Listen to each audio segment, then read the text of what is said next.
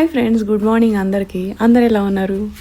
ఈ వీడియో యూట్యూబ్లో already upload పెట్టున్నానండి. దొండకాయ కాబోచనా వేసి మంచి కుర్మా కర్రీ చేశాను.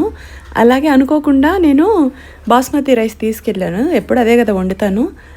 సో జీరా రైస్ లాగా కొంచెం కొత్తిమీర రైస్ లాగా చేశాను. కానీ పలావ్లా బాగా కుదిరింది. ఈ వీడియో యూట్యూబ్లో అప్లోడ్ పెట్టున్నాను, చూడండి. మైసూర్ వచ్చిన తర్వాత మాకు దొండకాయ తోట అనేది అన్ని తోటలు ఇక్కడ అవైలబుల్, కానీ దొండకాయ తోట అనేది అవైలబుల్లో లేదు.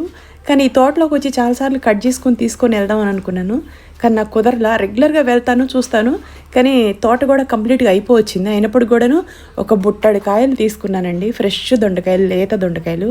దీంతో కర్రీ చేశాను, చాలా బాగుంది. షుగర్ పేషెంట్లు తిన్నా, వేరే ఎవరైనా తిన్నా వెజిటేబుల్స్ కదా, మంచిదండి. నాకు చాలా హ్యాపీగా అనిపిస్తుంది ఇట్లాంటి వీడియోస్ తీయటం వల్ల. సో ఈ వీడియో యూట్యూబ్లోకి వెళ్ళి చూడండి.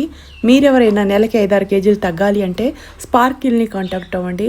42 కేజెస్ వెయిట్ లాస్ అయిన ఎక్స్పీరియన్స్తో నేను మీకు హార్ట్ఫుల్గా రివ్యూ ఇస్తున్నానండి.